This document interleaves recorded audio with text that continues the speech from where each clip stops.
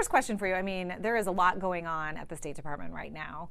I guess just talk a little bit about kind of first question. Secretary of State Rubio obviously has sort of some other things added to his plate. Just kind of talk about how it's all going to work moving ahead. Well, I think what it shows is everything that has been accomplished in the last 100 days and everything that we will accomplish in the next 100 days. This partnership, this collaboration we've seen between President Trump and Secretary Rubio, but really the entire team.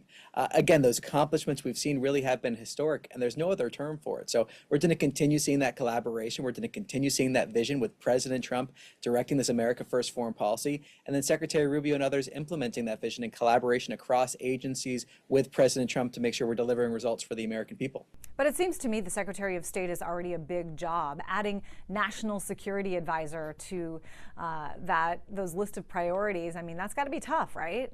Well, look, again, I think it's a testament to what's been accomplished so far, to all the many accomplishments that have been in place over this last 100 days, whether you're talking about the border with illegal border crossings down 95%, the deals we've seen with other countries in terms of deportations or combating transnational crime, whether we're talking about pursuing peace. So we have seen so many results already because of President Trump, Secretary Rubio, the collaboration across the entire team. We're going to continue seeing that. And I think what's happening now is a testament to the collaboration, the communication, and the fact that we've delivered results and we'll keep on delivering results. I want to sort of just take a trip around the global chessboard for a moment. Let's start with China. What are some of the biggest challenges, no matter who the president is, but what are some of the biggest challenges right now that Secretary of State Rubio is going to be facing with China? Well, look, I think one of the important things you're seeing, and President Trump, Secretary Rubio have talked about this, Secretary was talking about this just the other day, the unfair trade practices that we see from the CCP, the unfair trade practices that take advantage of the American people, take advantage of the American worker. And President Trump and Secretary Rubio have said, enough is enough. We're no longer going to have the American worker being taken advantage of. We're going to put the American worker first. So that's a massive problem that we've seen that we need to address, and President Trump is the first one to address it. And I think another important problem of many that we're dealing with is the flow of fentanyl. I mean, we're seeing fentanyl come across the border. Fentanyl is a leading cause of death for Americans aged 18 to 45. President Trump took action from the beginning of his administration to combat that flow, and many of the precursors of fentanyl start in China. That's where they start, and then they flow across our border through various means, usually with cartels. So we saw strong action from President Trump and at the State Department designating the cartels, or several of them, foreign terrorist organizations. So we're seeing strong action to address these issues. It's interesting. I've done a host of stories about China. So whether it's the unfair trade practices, the fentanyl, the stealing our intelligence, stealing our technology. There are so many ways in which China is a top adversary. Why do you think it took so long for a president to kind of be tough?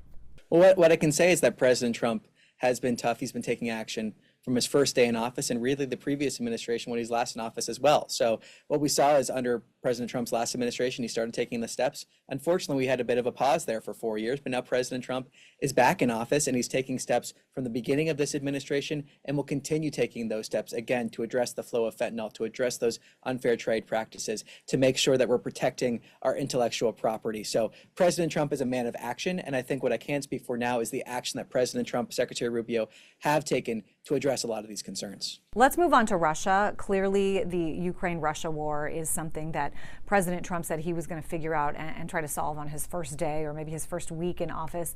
It's now been more than 100 days, and this hasn't happened. What's the deal here? Well, we're closer to peace than we ever have been, and that's because of President Trump, who has brought the parties to the table, who's had engagement from the top levels of this administration, including Secretary Rubio. What has been clear, though, now is we need to see serious movement towards that peace. We have a framework, we have a way forward that we'd like to see, but we need to see the parties move together, see that serious movement towards peace in order to continue with this process. We're not going to have meetings for the sake of meetings, and that's been clear from President Trump, Secretary Rubio.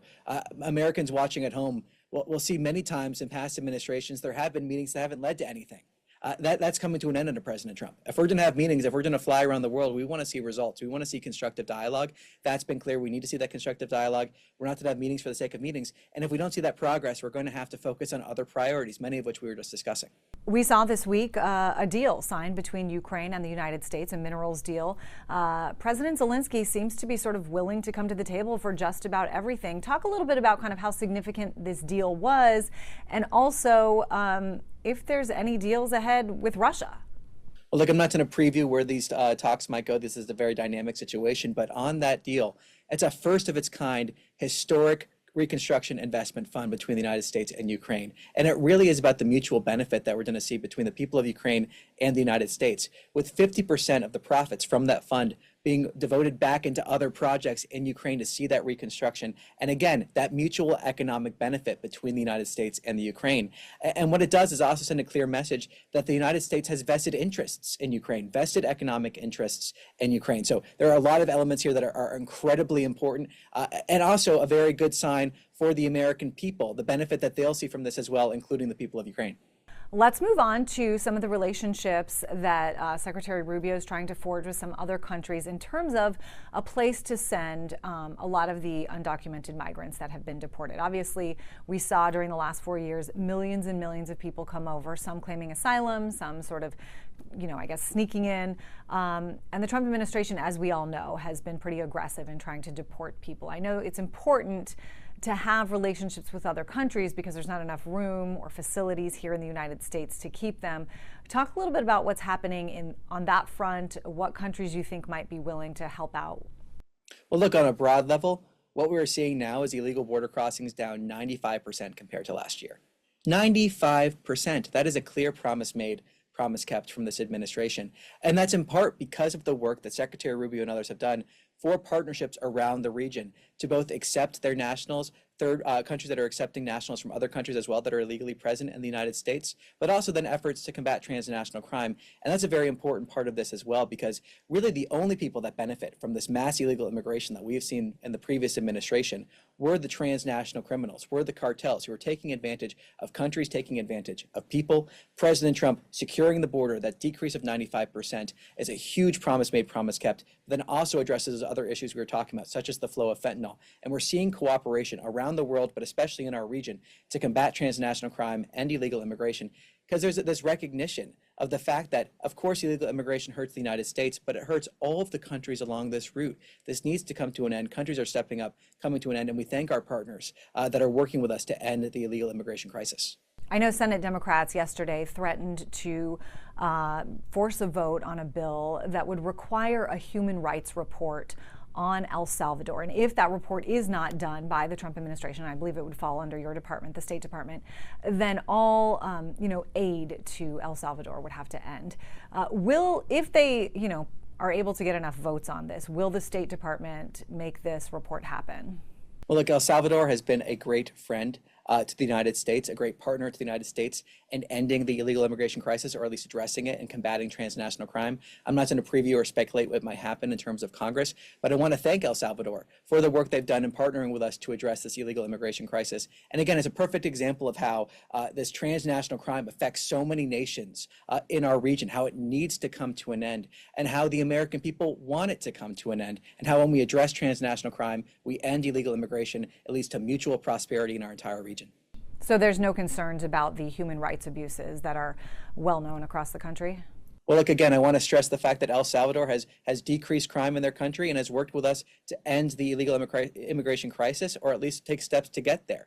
We need to end transnational crime. We need to end illegal immigration. And again, the only people that benefit from illegal immigration on this scale, especially on this scale, are the transnational criminals. The transnational criminals with evidence that shows that that route to the border under the previous administration was one of the most dangerous in the world. We need to see it come to an end. President Trump is putting it to an end, and we're working with countries around the world to end illegal immigration and address transnational crime. And Tommy, is there any topics that I didn't ask you about that you really wanted to make sure we talked about?